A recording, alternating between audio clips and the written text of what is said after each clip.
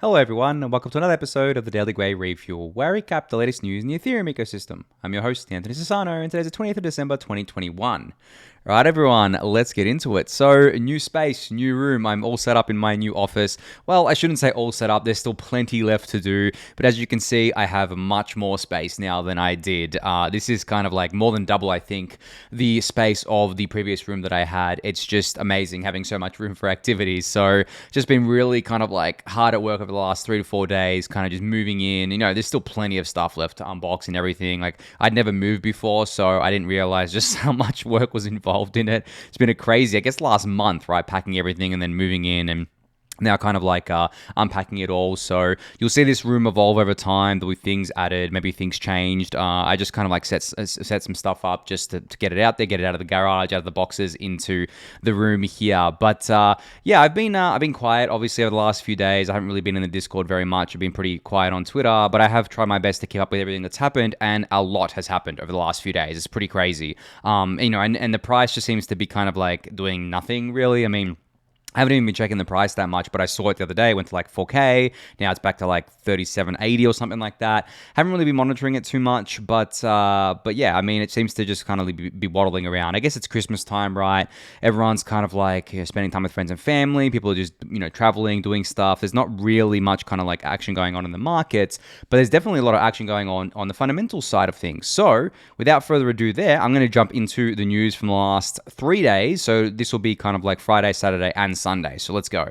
So Polygon has a few updates I'm going to go through. First one is that Alexis Ohanian, the co-founder of Reddit, and Polygon have teamed up to invest $200 million in decentralized social media, which is really, really cool here. So I remember there was kind of an announcement out of the Solana conference, I think a couple months ago, that Alexis was going to build something on Solana got to do with decentralized social media. I think that's still going ahead, but great to see him not kind of like just sticking to one ecosystem. He's actually kind of playing with all of them, or it seems to be wanting to play with all of them, which makes a lot of sense, right? It doesn't make sense for him just to stick to kind of like one ecosystem. I mean, most people aren't going to be quote unquote maximalists. They're not going to be kind of like married to any one ecosystem. It's good to kind of experiment, see what each one's all about, and kind of like come to the conclusion about which one you want to spend the most amount of time on. So that's really cool to see. But yeah, that's a huge kind of like win here for Polygon. I mean, you guys know I'm an advisor to Polygon. Always really great to see this kind of stuff, and especially seeing these kind of like numbers, like $200 million, nothing to scoff at, guys. Like for decentralized social media, which is still considered a niche within crypto. I would say it's not something that I guess like is something that every investor out there is just scrambling to get in on. I think at the moment, obviously the investment market's pretty hot, like in both the private and public markets, because of all the money printing, or in part because of the money printing, but also because there's so many kind of like ideas out there that people don't want to miss out on investing in them. But it's not something like DeFi or NFTs or kind of like crypto gaming where everyone's scrambling to get into these things. Decentralized social media is kind of this thing that everyone is kind of like thinking, okay, well, what's this going to look like? How is it actually going to play out? Like, are we actually going to get something that's usable and that isn't just going to be gamed by bots? A lot of experimentation happening, but great to see that another $200 million will be going into that kind of like use case there. All right, next up from Polygon is that the Uniswap V3 will be deployed on Polygon very soon. They said in a few days, 2 days ago or 1 day ago. So I'm assuming it's going to happen this week. I've been kind of like keeping up with this for you guys, been kind of monitoring it over the last few days. Really, really awesome to see that the Uniswap community has voted to deploy V3 on Polygon's POS chain by a pretty large margin here. You can see 72 million votes for, 503,000 against. So, I mean, there's really no competition there. It's basically a 99% or 98% yes rate there. So I'm looking forward to seeing Uniswap on Polygon. It's funny because Uniswap's only on Arbitrum and Optimism right now, and then when they'll go to Polygon, and so they'll have 3 deployments as well as Ethereum mainnet, obviously. So if you count that, that's 4. And I'm curious to see where they go next. Do they deploy to StarkNet? Probably not, because of the fact that StarkNet isn't EVM compatible. It's very new. It's still in developer only mode. There isn't really kind of demand for it yet. But do they deploy to something like ZK Sync? I mean, ZK Sync did a demo of Uniswap, or an AMM, I guess you could say, a fork of Uniswap running on their technology. So I wouldn't be surprised to see that play out either. But yeah, really, really cool to see Uniswap finally being deployed to the Polygon POS chain. Next up, speaking of Polygon's POS chain, you can now look at the now explore the POS Bridge Explorer. So you can see here that they've announced something called the POS Bridge Explorer, which allows you to kind of like see transactions going to and from that bridge. You guys know I've talked a lot about bridges before on the Refuel and how kind of like we need more insight into them, especially for user safety and things like that. So it's great to see Polygon bringing out a tool that allows people to kind of like play around with this sort of stuff. So this will be linked in the YouTube description for you to check out. Next up from Polygon, a lot of updates from them today. So they have moved Nightfall to the Ropsten testnet on the Ethereum network. So Polygon Nightfall, for those of you who don't know, is a hybrid ZK optimistic rollup for privacy. This was developed by EY and then kind of like merged with Polygon, and it's now on the Polygon's kind of wing here. So great to see them go live on testnet, on the Ropsten testnet here. I mean, mainnet shouldn't be far away, and they're aiming to provide low-cost private Ethereum transactions, sort of like Aztec that I spoke about last week, which I'm going to speak about again today, actually. But yeah, good to have more competition in the privacy space. I mean, I've spoken about privacy plenty of times, and I think it's like one of two critical building blocks for this stuff to scale to the world. The first is obviously scaling technologies, right? Like rollups and all that. But the second is privacy. And I think they go hand in hand very well, because as you've seen, Polygon Nightfall is a scalable privacy tech. Like it's a layer 2, a private layer 2. Same with Aztec, same with a few other kind of ones out there. So we're kind of getting the holy grail when it comes to scaling and privacy in one. So I'm really, really excited about that. All right, moving on from Polygon to Optimism. So Optimism removed, I should say, their whitelist last week. As I predicted, I think I said on one of last week's refuels that I would expect it to happen last week. So yeah, the whitelist has been gone actually for the last 3 or 4 days now. So anyone can now deploy to Optimism or Optimistic Ethereum, which is really, really cool. Obviously, now this puts them basically on equal footing with Arbitrum in terms of what developers can do. I know that they're kind of like differ because Optimism has the OVM, which is EVM equivalent. Arbitrum has the AVM, which is like mostly EVM compatible. Look, I'm not a developer. I haven't deployed to any of these networks. I don't know which approach is better. I don't know if developers have actually run into any issues on either network. So it'd be cool to kind of like speak to a developer about this. If you are one, definitely kind of like chime in the Discord channel that's kind of like played around with this. But yeah, I haven't heard anything, and it seems like projects can now just deploy to Optimism and Arbitrum simultaneously, right? Like the funny thing is you don't even have to deploy to mainnet. You can just deploy to Optimism and Arbitrum and go on your way. I've noticed some projects have picked specific ecosystems. Like, for example, Lyra has picked Optimism. They haven't deployed to Arbitrum. Maybe they won't deploy to Arbitrum. Maybe they will in the future, but I'm not sure. And then you have Premier, which is on Arbitrum, not on Optimism. I'm sure that they all have plans to deploy to other kind of like EVM compatible networks eventually, but it's kind of like funny to think about because whatever they pick first is going to be where they build a lot of their network effect, where they build a lot of their community. And are we going to see kind of like layer 2 maximalism, not only in when these layer 2s have tokens, but also for the projects on these layer 2s? So will people be like, this project deployed to this other layer 2 and this other layer 2. Well, I don't like this project anymore. I don't think so, because that hasn't really happened with the Ethereum mainnet projects that have deployed to other chains. For example, Aave deployed to other chains like Avalanche and a few other projects out there, and the Ethereum community hasn't shunned them for it or anything like that. Like, it's fine. I mean, it makes sense from a business perspective. It's very, very easy to do, and if there's demand there, then it's actually kind of like the project's responsibility to deploy there. Because if they don't, they're kind of like leaving money on the table at the end of the day, right? So yeah, cool to see Optimism's whitelist finally gone. And another related update to this, Optimism has kind of like leaned into their kind of like name being Optimism instead of Optimistic Ethereum. So they're basically just going to be referred to as Optimism from now on. So I know I've kind of like tried to separate it before, where I've said there's the Optimistic Ethereum network, then there's Optimism that's kind of like building the kind of network, but it's really Optimism PBC, Public Goods Corporation. I can't remember what the B stands for, but it's basically like a public goods funding.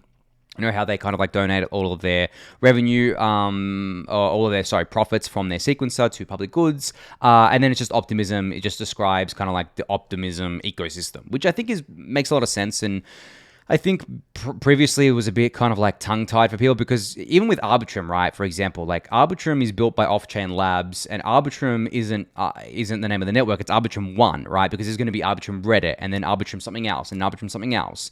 Whereas I think with Optimism, it'll be kind of like a similar thing, but it may be kind of like renames, because Optimism has already been forked a few times, like Nami and Metis, pretty sure they're both modified forks of Optimism, whereas the term Optimism will be used to just describe the Optimism ecosystem. I've said that word so many times now, I'm going to stop. But yeah, cool to see them leaning into this naming here. So speaking of Arbitrum, they put out a blog post over the weekend called Optimistic Rollups, the Present and Future of Ethereum Scaling. I can't load any of these links. Sorry, guys. My internet seems to have cut out here. But anyway, you can find these links in the YouTube description. You'll be able to check them out. But this speaks to what I was kind of like speaking about. I don't know if it was last week or the week before, about how I believe that optimistic rollups are not a short to medium term solution. I've said this before, that I think that if everything goes well with ZK rollups, then maybe optimistic rollups are a short to medium term only solution. But honestly, over the last few weeks, I've come more around to the fact that even if ZK rollups do everything that we dream that they will do, there's still drawbacks, there's still trade-offs, and there's still room for optimistic rollups to thrive. So that's why, for me personally, I'm not I'm trying really hard not to get stuck into this kind of like L2 maximalism, which I see a few people kind of doing. Like I've seen comments from people before saying that Polygon has all these teams, and so every other kind of like L2 team is worthless. And like that's so toxic. Like that's not how we are in the Ethereum community. That's something I would expect from like the Bitcoin maximalists. I would not expect that from people in the Ethereum community. Yes, the Polygon ecosystem is awesome. They have a lot of layer 2 teams, but that doesn't take away from the work that Arbitrum and Optimism are doing, or ZK Sync are doing, or StarkWare are doing. They're all doing amazing work, and they all kind of like benefit each other, right? It is a symbiotic relationship. They're kind of like benefiting each other both on the research and development side of things. So yeah, I'm really glad Arbitrum put this blog post out. It's a banger as well. I enjoyed reading it. So I'll link this in the YouTube description. You can go check it out. All right, next up, staying on the theme of layer 2s, ConsenSys has announced that they're launching ConsenSys rollups in partnership with Mastercard to provide enterprise-grade scalability, plus address the key challenge of scalable applications on the ConsenSys Quorum tech stack. This is pretty big. It's funny. Whenever you hear these enterprise announcements, you always think to yourself, okay, it's big, but like, what can I do with it today? Like, does it even matter to me? Does it matter to me as an end user?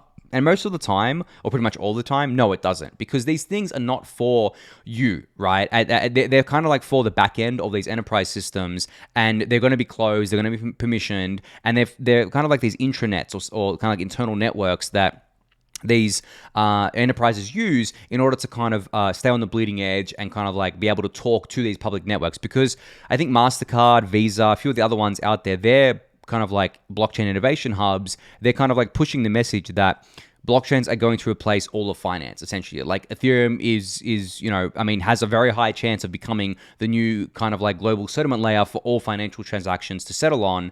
So how do we position ourselves for that? That's what they're asking themselves. And this is how they do that. They get involved with the bleeding edge tech. They build their own solutions in-house, which is fine.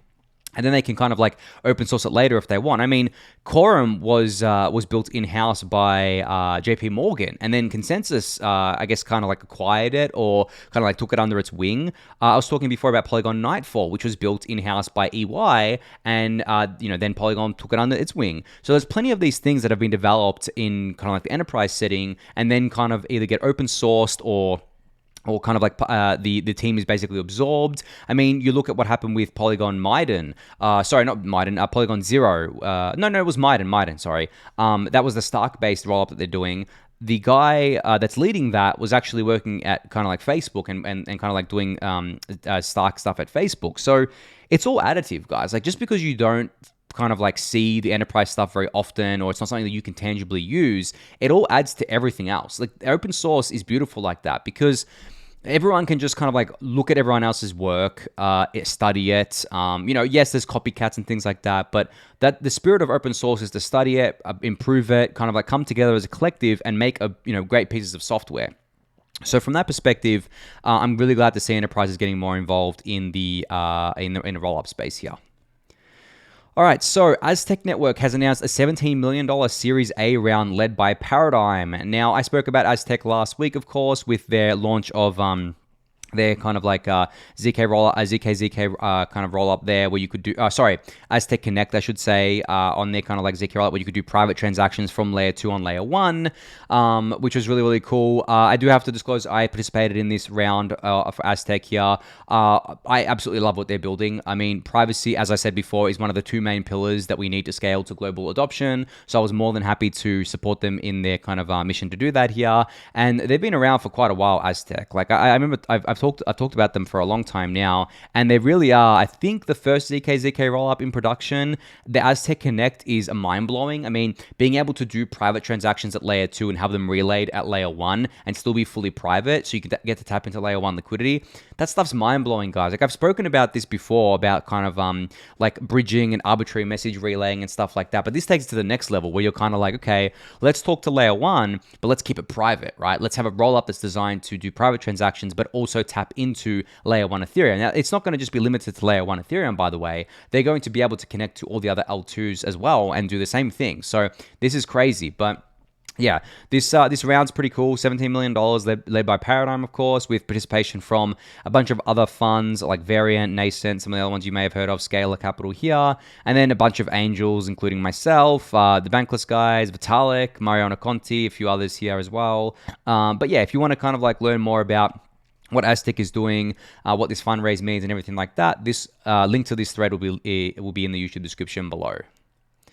All right, speaking of Aztec, actually, second update here. Element Finance announced that L2 scaling is coming to Element through Aztec. So lower gas costs have been one of the most awaited features by the Element community, of course, and they've chosen Aztec as their first exploration into L2 scaling solutions. This is interesting because I'm pretty sure Element is the first project to choose Aztec as their scaling provider instead of an Arbitrum and Optimism. So that's really cool to see, right? And as I said, guys, there's no point being an L2 maximalist because all these L2s are going to have like these apps kind of like deploy to them first, but then over time, they're going to deploy everywhere. Like, I don't think Element is just going to stick on Aztec. They're obviously going to deploy to other L2s as well, but they have to pick one to start with. And it's cool to see that Aztec's getting some love from Element here, and kind of like Element's picking them instead of one of the other ones, because that's how these networks kind of like grow and thrive. They really need to be able to get kind of like these projects onto their networks in order to build some liquidity and user base and all that sort of stuff there. So really, really cool to see this. So basically, what this integration means is that Element transactions with Aztec will be batched into rollups that will be scheduled to run based on the relative demand per asset. This means that as demand grows, batches will run more frequently and become larger, resulting in cheaper gas costs per transaction. Obviously, how rollups work. After careful analysis, Element came to the conclusion that the integration with Aztec network would bring gas savings ranging from 6 times to 40 times on average, depending on the specific term and asset. Huge savings, right? Especially for something like Element, which is trying to do fixed rate yields and fixed and variable yield markets, which is obviously a very big market. So really, really cool to see this. All right, last thing here is a comment from Louis, Lewis from StarkWare here, ecosystem lead at StarkWare. He was in a thread with Polygon, Crypto Maxi, a few other people here. But basically, Lewis said, "We are 100% focused on Ethereum. We have enough features and projects for at least over 2 years. I had to tell other layer 1 projects that regardless of the amount of money thrown at us, we won't be able to deploy there." So I've been critical of StarkWare in the past. I've been critical of who they took money from in terms of their fundraisers. Remember 3RS Capital and Alameda. I'm still critical of that. But StarkWare's tech is amazing. They're an amazing team. They care deeply about scaling blockchains. And with this comment here, they seem to still be 100% focused on Ethereum, even though people, I guess, like Eli have basically hinted at otherwise. Like you can see here, Lewis says, Eli is a Stark maximalist and believes that all chains will adopt Stark at some point using StarkWare's tech or others. This might be the reason some got the perception that StarkWare cares about other L1s. I mean, I'll be honest, maybe that was the reason why I got that perception. But I think that by Lewis putting this out, it's a pretty strong signal to the ecosystem. I think that everything StarkWare has done up until this point makes, is very Ethereum aligned. But at the same time, it's more about the kind of like long term. So we'll see. I mean, the funny thing is that there's so many teams now that, and I feel like other teams are still going to be deploying their rollups to other networks as well. And if not, they'll just get forked. Like, at the end of the day, I think what I am is like a roll-up maxi at this point, unless something better comes along, because roll-ups are just such an elegant solution to scaling, not just ZK roll-ups, but Aztec, but optimistic roll-ups as well. But we'll have to see. We'll have to see how it plays out. It's probably not good to be a maxi of anything in the ecosystem, because sometimes you can close your mind to other solutions. But for me, the way I think about it is that roll-ups took so long to come to fruition. It literally took like what? Arbitrum, or Off-Chain Labs that built Arbitrum, they were working on rollups, I think 2014. They were trying to do it for Bitcoin. So, and it wasn't called rollups back then, it was something else. But, it all evolved into rollups. So for something better to come along to scale blockchains, I don't know. I feel like that's a pretty far way away. And if it did come along and was better than rollups, which are already amazing, that'd be even better. Like, so I think for me, I'm just like a scalability maximalist and a decentralization maximalist. So whatever so I guess like a decentralized scalability maximalist, whatever gets the job done in terms of scaling, but doesn't sacrifice the decentralization and security we all enjoy. That is what I love to focus on, because you can do scaling, and call yourself a blockchain when in reality you're just AWS with a token, right? Like I could literally spin up a centralized server on AWS right now. I could attach a token to it, right? Like I could just fork some code, put a token on it, and then I could say, look, I'm a blockchain, guys, come use my blockchain, and here's my token, buy it. And then I'd be super scalable because it's super centralized, but like that defeats the whole purpose. Like, why even have a blockchain in that case? And the reason why is because you can monetize, right? Even if you aren't decentralized, even if you kind of like don't care about that at all, you can monetize like that. So I think that's why we've seen a fair few of those networks kind of pop up. But yeah, still good to kind of like keep your eyes open for different kind of like scaling technologies out there besides rollups. So the Kintsugi Merge testnet is now live. So this is the long-lived testnet that I've been talking about over the last few weeks. It's very easy to join. You can help test the merge at kintsugi.themerge.dev. It's got links to everything you need, such as the Beacon Chain Explorer, ETH stats, the Faucet, the RPC, everything. So if you want to join this testnet, you can very easily. Just go to this link, click through whatever you need to, add the network to MetaMask, all that good stuff, and you can join up and help the, I guess, like Ethereum developers and researchers test out the long-lived merge testnet here, which obviously is critically important. Now, this will run until I think mid-January, from what I know. So we're going to see kind of like results of that, see if things broke, see how well it went. And then we'll probably have more of an idea of when the merge will be. As I've said, still sticking to my Q2 estimate. June 2022 seems like a pretty good date to do it, but that's me. That's my speculation. Do not take that as gospel, and please do not take that as to CoinDesk and be like, oh, look, CoinDesk, we got an exclusive date from Anthony Sassano. I'm not, I'm not an Ethereum core dev or anything like that. Just following as I say it, but really cool to see that the Kintsugi Merge testnet is live. And I think, no, that's it for the merge right now. There was some screenshots that I saw, but I figured they maybe weren't as relevant because you can join the testnet yourself now and kind of like test it out yourself. So no need to kind of stick to the screenshots.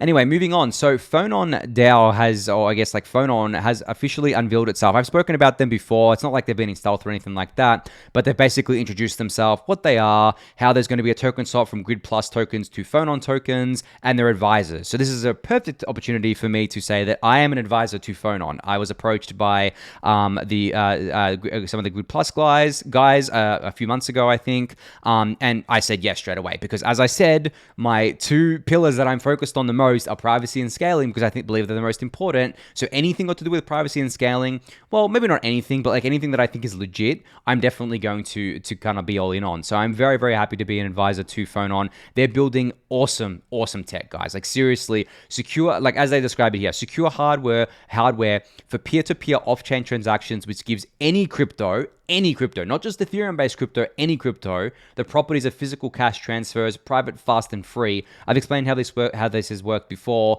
You can go give this blog post a read for a full overview of it.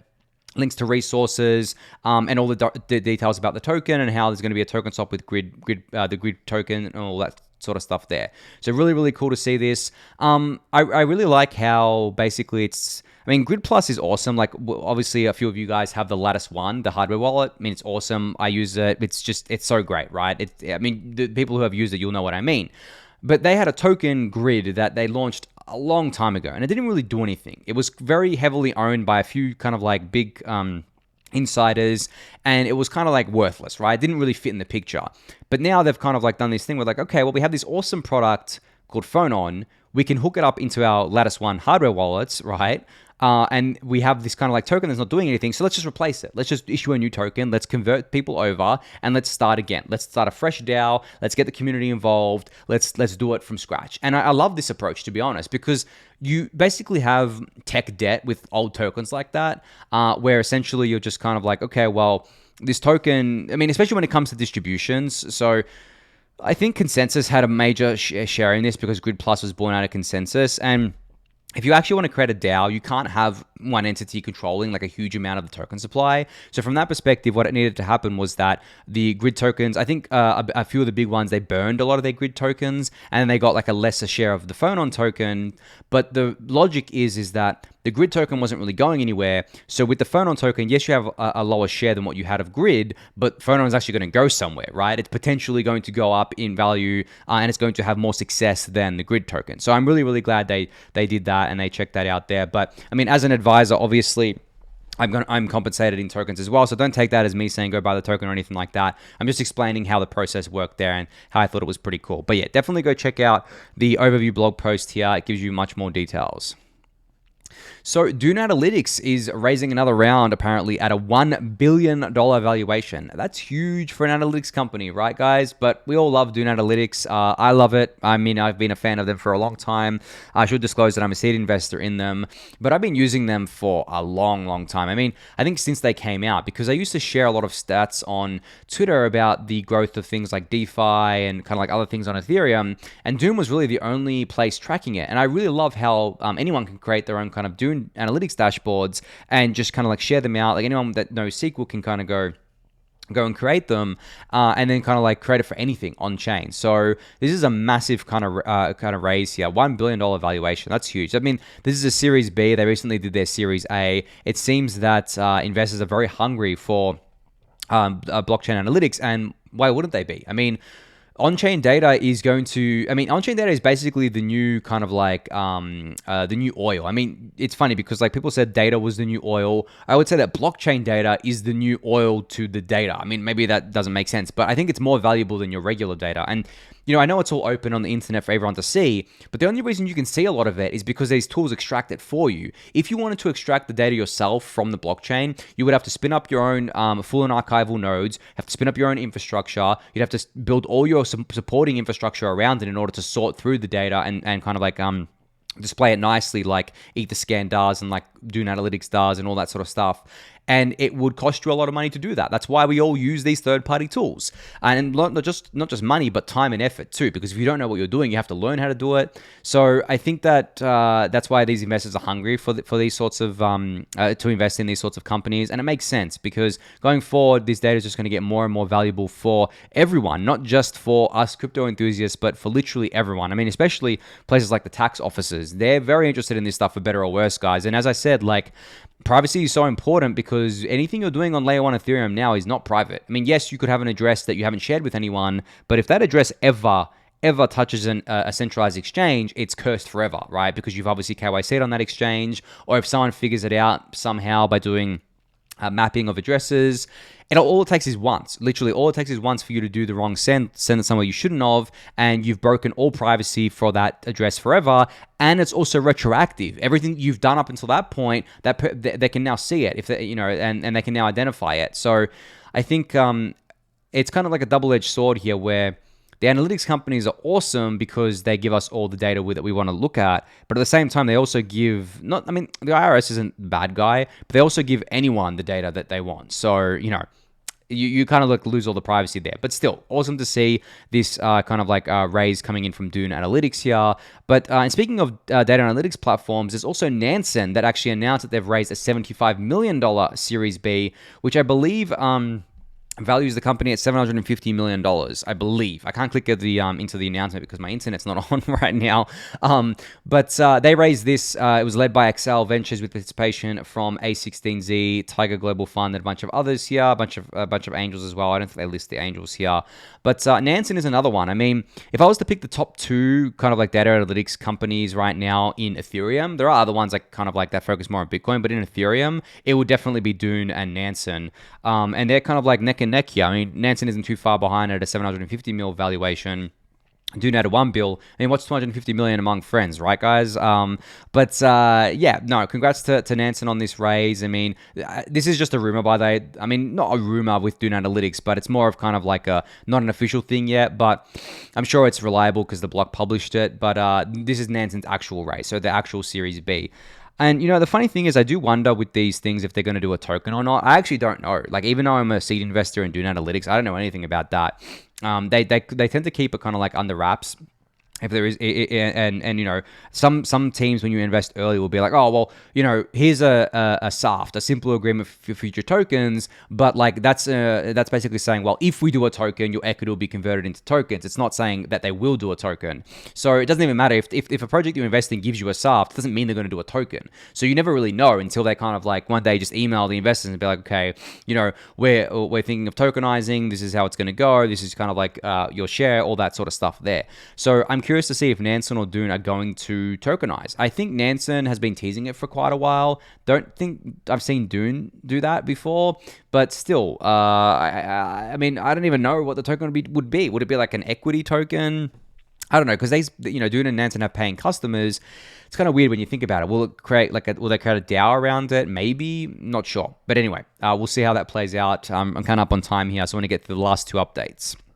So Toby, Shopify's CEO, has kind of like shared this link saying use Shopify for your NFT drops. So it seems you can now do NFT drops via Shopify. You can join their beta program by clicking on this link. So you can mint, list, sell, and sell your own branded NFTs with Shopify and Shopify payments. Now, for those who don't know, Shopify is like kind of like an e-commerce a website where what it did was it made it let anyone kind of like set up their own storefront, right? Their own digital kind of like storefront without needing to know how to design a website. So it just made it super simple. I've used Shopify before. It's actually really, really simple to use. And they have preset themes, and the backend interface they have is really cool.